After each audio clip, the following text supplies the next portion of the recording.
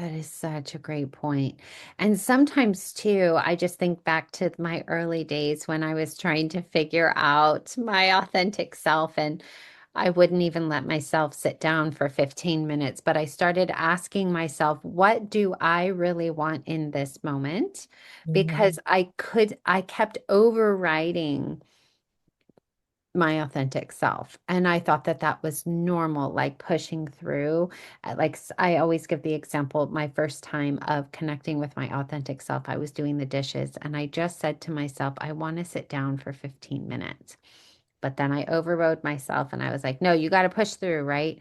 And then I said, what do you really need in this moment? And I said, I need to sit down just for 15 minutes. And I did. And that was the first time that I chose my authentic self versus masking, right? Pushing through, Yeah. getting things done, all of that.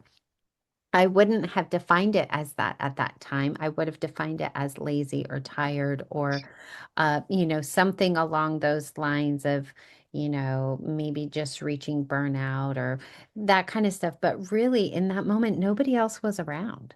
Nobody Yeah. could see me sitting down for 15 minutes. Like there was literally nobody in the house. My daughter was at school, my husband was at work. It was just me. And so that was a perfect example of when I started to